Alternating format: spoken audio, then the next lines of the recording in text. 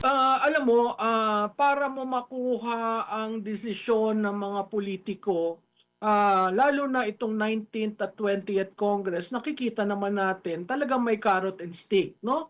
Ah, Carrot, incentivize, no? Nakita natin yon, iba-iba yung sinabi ni Senator Marcos. Stick, kaso, no? So makikita mo dito yung pag-extension. Nakakalungkot yun kasi extension ng term at pagtaas ng edad ng pwedeng tumakbo sa presidente. Kitang-kita mo naman na sa parehong panukala ay ayaw, talagang hadlang kay Vice Presidente Duterte. Talagang takot na takot sila, no? Pero ako, nakakalungkot siyang inoffer as part of the incentive for you to vote kasi magagalit ang tao. No, isang tao lamang ang ayaw niyong makadesisyon tungkol sa politika at lahat na ng ahensya ng gobyerno ay ginagamit para siya'y sikilin at ilagay sa isang corner. Maling-mali yun, pero kung yan ang rason kung bakit pumirma ang karamihan, sa tingin ko, nanghina rin sila nung nakita nila ang pagpapalit sa Senado. Kasi ang ino-offer nila, mahirap yan matuloy kung walang 16 votes. At ganun rin sa pananaw ko, meron rin kumakalat na may ino-offer na tumakbo sa Vice Presidente si Senate President Cayetano sa administrasyon, at meron rin sinasabi na yung ibang may kaso ay hindi nakakasuhan. Sa kagustuhan nilang ma-impeach si Vice President sa Senado. Alam nyo, kahit na anong senaryo, mahirap makakuha ng 16. At tatandaan natin yan, ang saligang batas, ang sinabi of all senators. So 24 po yan, kahit alsin nyo yung mga ayaw nyong pabotohin, yung mga kung sino-sinong gusto nyong kasuhan, lalabas at lalabas, kailangan may 16. At pag minenos mo ng minenos ang total na 24, ay talagang hindi ka makaka-16. Hindi ko alam kung ano yung mathematics na ginagamit nila, kung may apat na aalsin dahil sa kaso, paano ko makaka-16 dyan? So talagang pipilitin ng lahat. At pag nakita yan ng taong bayan, alam mo, uh, sa aking pananaw, magiging tipping point yan ginagawa nilang mga extension at kung ano-anong offer. Kasi galit na ang taong bayan. Mas lalo niyong ginagalit dahil isang tao lang talaga ang prino-project nyo sa nakaraan na 4 na taon. Opo, kasi maraming mga maliban dito sa impeachment, alam natin malakas itong si Vice President Sara Duterte. Meron pa dong issue sa muling pagbubukas ng investigasyon. Itong dalawang issue ba na ito, Prof, ay napakahalaga na dapat nilang mapigilan talaga. Kasi dito nakasalalay yung kanilang kinabukasan. Oo, alam mo yung ako'y natutuwa sa desisyon ng kung sino ang magiging head ng Blue Ribbon. Tama na si Senator Pia just to hindi maging antagonizing ang lahat between Senator Marcoleta and Senator Lacson. Makikita mo na si Senator Pia is very clinical in her approach. Pero pag nabuksan niyang blue ribbon na yan, yan ang napakahalaga sa taong bayan. Hindi yung impeachment eh. Para sa akin, napakahalaga ang blue ribbon dahil trilyon na pondo ng bayan ang nawala. At hanggang ngayon, hindi natin maintindihan sino ba talaga ang mastermind, no? So kung maipatawag ang lahat na dapat patawagin, kung makapagpadala si Congressman Ko ng kanyang sworn affidavit na may ginawa sa ating embahada, malaking bagay ito para once and for all, matapos natin itong usapin na ito. Biro mo mag-iisang taon na yung mahiya naman kayo campaign. Tapos anong nangyari? Ni hindi natin nakita ang report ng ICI, ni hindi natin nakita ang report ng partial report ng Blue Ribbon, kaya nga nagkaroon ang ruling ng kaso sa Korte Suprema at sinabi na dapat ipakita, 'di ba, hinihinga ng response si Senator Ping Lacson. So maraming itinatago sa atin na hindi yan tunay na accountability. So pag pinagsabay mo yan, kung ang sinasabi ang Senate hearing ng impeachment court ay July, hanggang June 4 ang sinidya nila, magsisimula ba si Senator Pia Cayetano ng Blue Ribbon itong remaining days, no? Siguro napaka-importante na malaman ng tao kung ano ang appreciation ni Senator Cayetano tungkol doon. Malapit na po ang anibersaryo nga, sabi niyo nga po, yung mahiya naman na kayo. Ano sa tingin niyo magiging laman ng kanyang SONA po, Prof? Ito ba, tingin niyo rin po ba maraming magiging sacrificial lamb dito sa mga susunod na mga araw, considering marami na tayong naririnig? Binuhay ulit yung kaso with yung reklamo kay Senador Chis Escudero, yung kay Joel Villanueva, yung kay Jinggoy Estrada, nauna na si dating Senador Bong Revilla. Sapat na ba ito para ma-justify yung kanyang kampanya kuno laban sa korupsyon?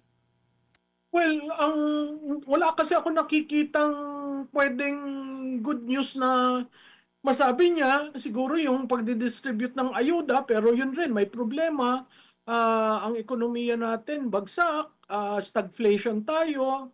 Ang foreign relations natin, nakita mo naman yung Pax Silica na hinihinga ng immunity, yung lalagyan daw ng negosyo, etc. etc. So ang nakikita ko, sa susunod na mga araw leading to the SONA, maraming papailan ng kaso. Dahil yan yung naratibo ng mahiya naman kayo. Ang nakakalungkot lamang dyan, lahat senador.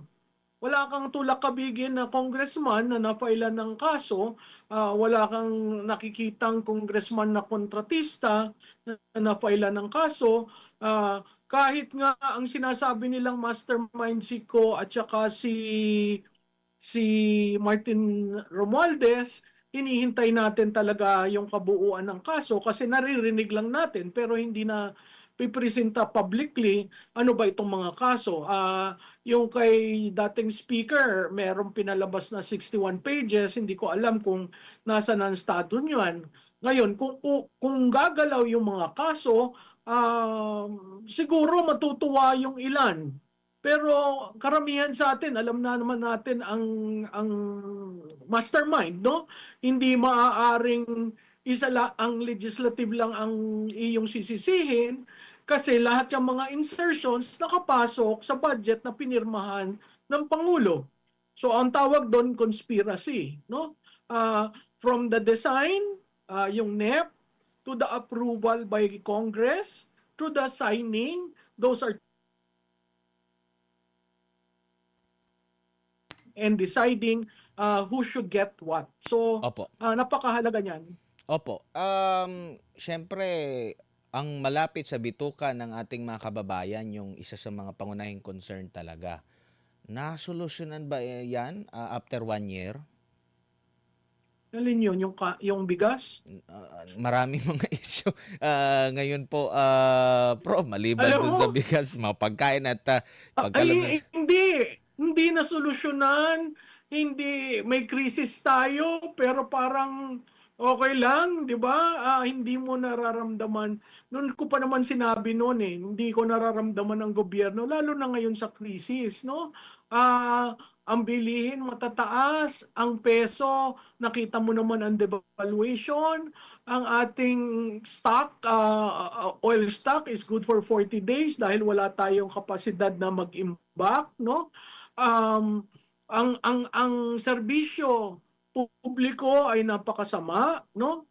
So wala kang tulak kabigin, ang si Juan de la Cruz ay nasa sa kanyang elemento, siya ang magde-decide kung paano natin ito gagawin, bawat pamilya. Nakita mo naman na yung mga malls empty na, no?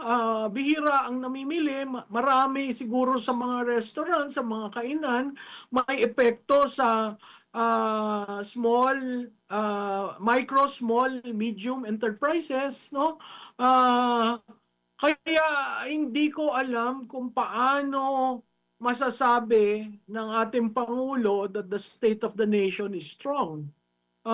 It is not. And we have to be realistic when you are confronted with stagflation. Opo. Kita naman natin ang ating inflation rate, 'di ba? Ang dumadami ang nawawalan ng trabaho.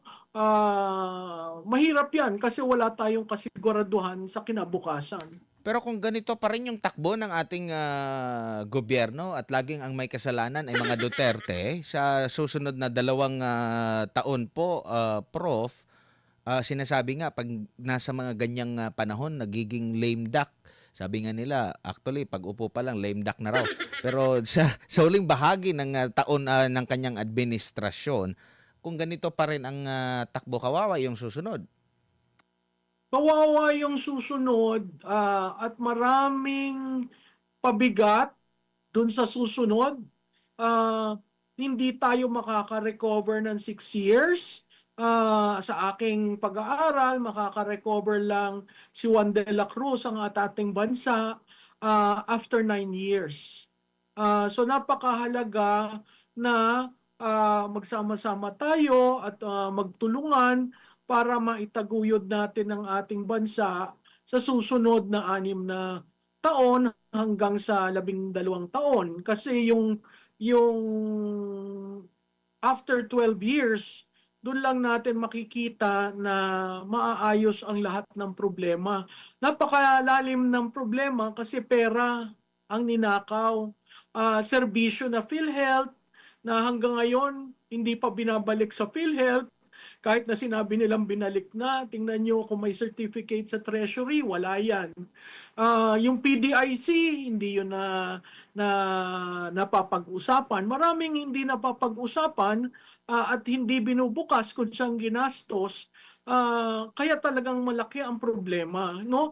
Hindi ang problema ang mahahalal o mga kandidato. Ang problema yung dala-dala at dinulot ng Marcos administration. So yung parang sinasabi na matatakot ka dun sa susunod, kung yan si Vice President Inday Sara Duterte, bakit ka matatakot sa isang tao na willing magtrabaho at ayusin ang bansa? Dahil hindi ba siya isa sa inyo? Dapat matakot tayo sa ginawa nitong nakaupo ngayon. Dahil napakahirap itaguyod ang ating bansa galing sa ganitong kalamidad na dala ni Marcos. Opo. Huling dalawang katanungan po, Prof, no?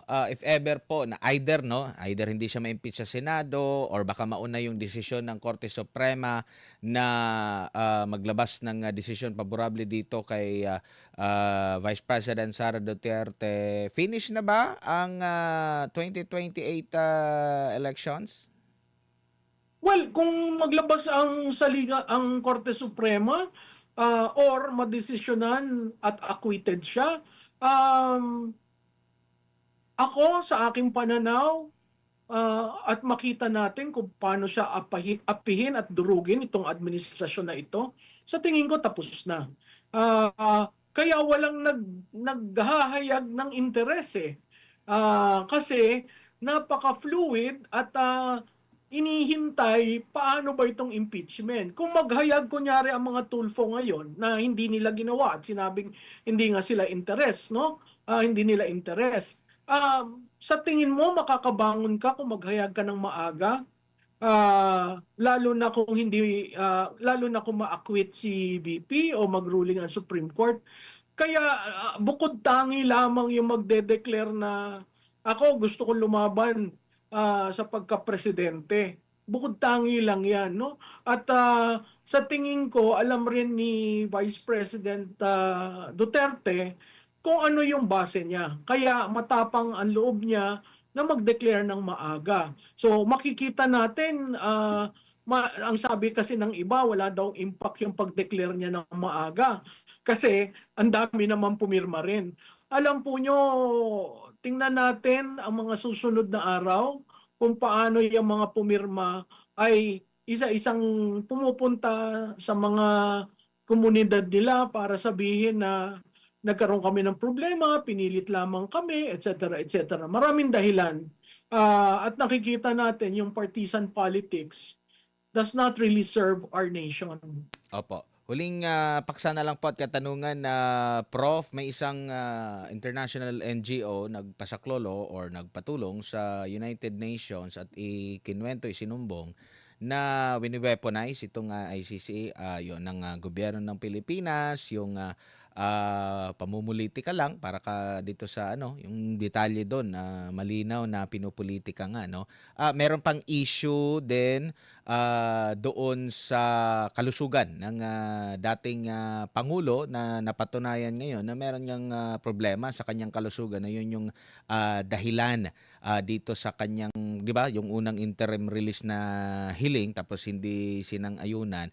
Makakatulong po ba ito? Anong nakikita niyo po? Dagdag na natin yung nag-usap daw ang US at China against dito din sa ICC po, Prof.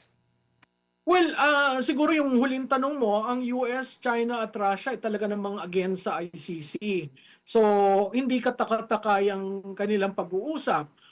Pero kung titingnan mo, sino ba doon yung bukod tangi na naging icon, no, sa ICC? Yan ay si Presidente Duterte. Ako'y nagpapasalamat doon sa Hapon na nagsalita. Nabasa ko yung pleading, yung petition na pinorward sa UN Human Rights Commission. Usaping human rights ang dahilan kung bakit si PRRD isinadlak sa ICC. Usapin rin human rights ng dating Pangulo kung bakit yan ay nasa UNHRC. No? Makita natin sa testimonya nung Brave 18 na meron sila doong parte na binigyan ng pera ang mga taga-ICC through Senator Trillanes, no? Nakikita naman natin si Senator Trillanes, ilang picture na lumalabas na animoy siya'y staff, empleyado o kung ano man, consultant ng ICC, parati siyang nandun. Ang nakakalungkot lamang dyan, doon sa una mong tanong, nung nakita ko yung panunulat na ni dating Presidente Duterte at saka yung report na naka 24/7 tinitingnan ang kanyang kalusugan, sana naman hindi umabot sa punto na maging seryoso yung kalusugan ng ating dating presidente. Hindi niya yon ginusto. Yun ay isang programa ng gobyerno. Mali ang sinasabi ni Secretary Remulla na may EJK program. Wala pong ganung programa. Meron po tayong anti-illegal drugs campaign. Nakita ng taong bayan at nakita ng buong bansa, ng global, kung ano yung ginawa niya. Maraming nagsasabi matapang si Presidente Duterte para gawin yon, pero paulit-ulit niyang sinasabi ginagawa niya yung para sa bansa niya, no? So itong bagong pag-elevate ng reklamo ng isang Hapon sa UNHRC, ako'y natutuwa dahil nabubuksan unti-unti ano ba ang ginawa nitong administrasyon na ito, kung paano ginawang sakdal ang dating Pangulo at kung paano siya kinidnap at itinapon sa ICC. Sana mabuksan rin doon yung aspeto na may pondo ba ng bayan na ginamit para si Presidente ay mapunta sa ICC. Maraming katanungan at maraming haka-haka, pero hanggat hindi natin ito ituloy ang investigasyon, hindi natin malalaman anong uri ng pagkatao meron si Mr. Marcos Jr. Tom natin na pag may nangyayari, 'di ba? Nangangamusta yung iba pag may nangyayari pumupunta kaagad doon at tinitingnan. So nakakalungkot dahil parte ng plenaryo ngayon 'yan, nasa records at makikita mo na lahat sila na stand doon sa reaction ni Senator Cayetano. And I think Senator Cayetano was just saying it as real as possible because that is her sense of things, no? Para ilabas ang GC, para ipakita na nagtanong sila, immaterial yon kasi pag may nangyari sa kulig mo, sa atin, normal yon. Kung may earthquake, may nangyari sa mga kasamahan mo, tinatanong mo kung wala ka doon, kamusta kayo? Ano nangyari? Okay ba kayo? 'Di ba? Sa tingin ko yung pagbanat ng iba na plastic daw at kunwari lang daw yung pagluha. Ako ang sana nakikiusap ako, pabayaan natin sila kasi hindi naman natin alam kung ganong kalalim ang relasyon ng bawat senador sa isa't isa. At uulitin ko, ito ang unang panahon na nagkaroon ng ganyan sa Senado. Sa kasaysayan ng Senado, since naibalik yan noong 1987, wala pong nangyaring ganyan. Opo, baka nga kung hindi nag-post din sa GC si Senador Camille Villar, baka wala talagang magme-message doon na Prof. Oo, 'di ba normal nga at saka normal yung alis na kami o ano ba meron ba kayong caucus o ano? 'Di ba normal 'yon? Kaya nung nakita ko yung GC na linabas at may pag-itan ng oras, mapapaisip ka talaga na bakit wala yung iba, no? At kung ikaw ay nasa room mo, siguro human reaction yung pupunta ka sa baba at hahanapin mo ano bang nangyayari, no? Nakakalungkot dahil pati yung aspetong yon pilit kunin sa mga senador. So uulitin ko, no? Ano ang proximate cause? Bakit nagkagulo sa Senado? Sino ba ang pumunta doon? Si Bato ba o yung gustong nag-a-arrest sa kanya na may dalang fake na warrant of arrest?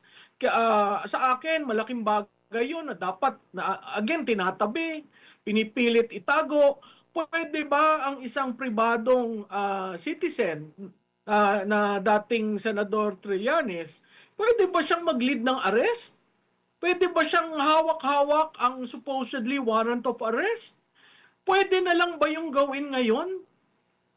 Yun ang hindi ko maintindihan kasi kung saan na napunta eh. Puntahan natin, bakit nagpaputok ang Sergeant at Arms ng warning? May interpretasyon rin doon sa warning. Hindi ba pag pinoprotektahan mo ang isang institusyon, gagawin mo ang lahat para pagtanggol mo yan? Lalo na ito mga senador, no?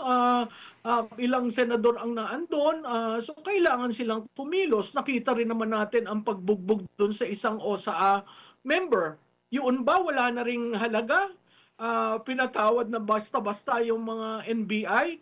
Nakakatakot ito kasi kung nagagawa nila sa mga senador, kayang-kayang gawin sa mga ordinaryong citizen.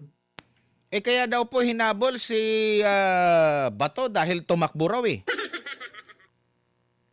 Alam mo yung pagtakbong yan, sa kagustuhan siguro ni Senator Bato na umabot siya sa plenary at talagang maghayag ng boto niya, no? Hindi tatakbo yan kung walang reaksyon na sa paningin ni Senator Bato nalalagay ang kanyang seguridad sa kapahamakan. So logical lang yung reaction niya.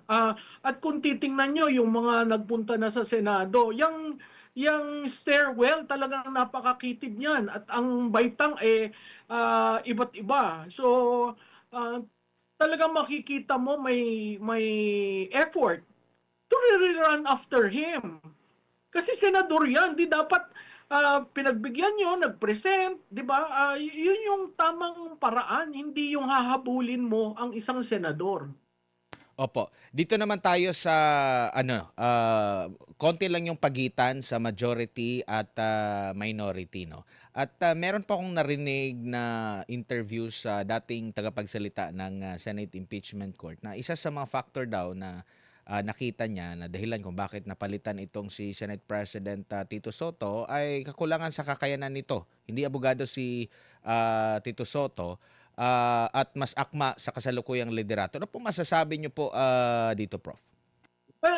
Ako'y sumasang-ayon diyan, 'yan ang aking kolum nung Martes na nakaraan, na sinabi ko do'n, oo, si Senate President Soto ay mahaba ang experience, malawak ang experience, pero ibang klase ang impeachment court. Sa impeachment court, ang presiding officer kailangan mag-decide, no?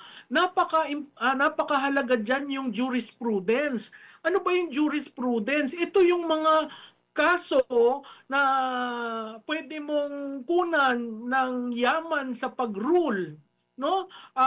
Na basihan para sabihin, that is out of order, that is a wrong interpretation, we should probably consider it this way. Malaki ang nakita natin sa kasaysayan ng impeachment sa ating bansa. Si Senate President Nene Pimentel, abogado yon. Si Senate President JPE, and really, abogado yon. Nakita mo yung yaman ng literature nila to make a ruling. Yun ang kinokol ng presiding officer, that you are able to break the impasse, to intervene when necessary, and to rule. Ang ruling mo is based on jurisprudence. 'Di ba? So napakahalaga na abogado 'yan na umupo. Dahil ang vice presidente na nasa saligang batas, ang presiding officer ay ang Senate President. So napakahalaga. Si Senate President Soto, plano niya siya magkakaroon ng impeachment manager na si Senator Kiko Pangilinan. Sa tingin ko yun ay admittance on his part na he really needs assistance. And how will you be able to rule kung yun ay manggagaling sa iba? So lahat subject, lalo na dito sa contentious na impeachment kayo, Vice President, yung ruling napakahalaga. Hindi pwede yung medyo padagilid-tagilid o medyo patawa-tawa. Hindi, napakaseryosong bagay ito. Kasi Vice Presidente yung ini-impeach. No? Sabi nga nung iba, gawin na lang daw na si Chief Justice. Kaso ang sasaligang batas ang naandon ang Senate President. So tama yan, nag-agree ako dyan. Kaya ginawa at kaya nakita ng mga colleagues niya na mahihirapan ang Senado. Sa majority nung una, iisa lamang ang senador. Yun ay si Senator Pangilinan. Sa minority dati, apat ang abogado.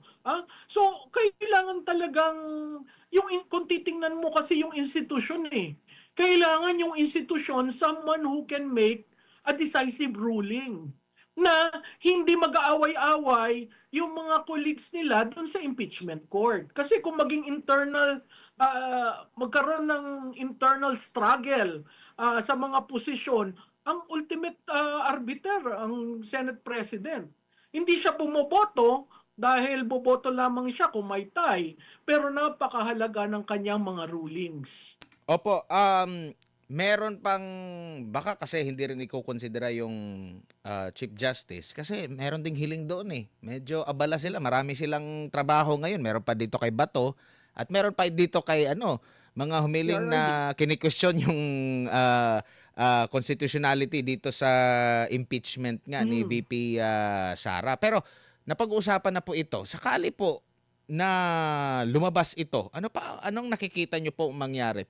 Kung paborable po dito po kay Vice President Sara Duterte. Ano ba to? Parang part 2 doon sa unan nilang nangyari. So mabubura next year na naman. At kung next year ba kung magfa-file sila ng impeachment, parang at mahirap na ang next year kasi malapit na tayo sa eleksyon. Yun ay kung may eleksyon, no? Pag nag-rule ang Korte Suprema na dismiss yung impeachment na yan, babalik tayo uli sa square one, no? At legitimate ang mga issues na dinala sa Korte Suprema, yung acceptance kay Madriaga, yung COA ruling being final, yung AMLA report, di ba? At saka yung conditional threat. So napaka-importante na hintayin natin ang Korte Suprema na mag-appreciate kasi nagbigay na sila ng unang ruling doon sa unang impeachment and apparently hindi pa rin sinunod ng House of Representatives yon. So talaga napaka-importante yon. So hindi dapat gigil ang Senado, tama ang ginawa ng Senado na ang unang hearing July para mabigyan ang Korte Suprema ng panahon to rule on it. Kasi pag nag-start na ang trial, may certain rights na makwe-question, mahirap mong i-dismiss ang impeachment court pag nagsimula yon. Lalong magkakagulo tayo. So, mas siguro dahan-dahan at maging kalmado at hintayin natin ang ruling ng Korte Suprema. Opo, meron pong panayam kay Senadora Amy Marcos. Meron siyang inilahad po, Prof, no? Maliban doon sa mga cash consideration, sa pangako na budget para doon sa mga pumirma, meron pa siyang nabanggit na yung papahabain daw yung termino, magkakaroon daw ng pagpapalit ng konstitusyon. Tinanong nga siya, sino bang source mo? Sabi niya, yung kabilang sa mga meeting, marami daw mga secret meeting na naganap at seryoso yung kanyang aligasyon dito. Prof, tingin nyo, ano pang basa nyo po rito? Um,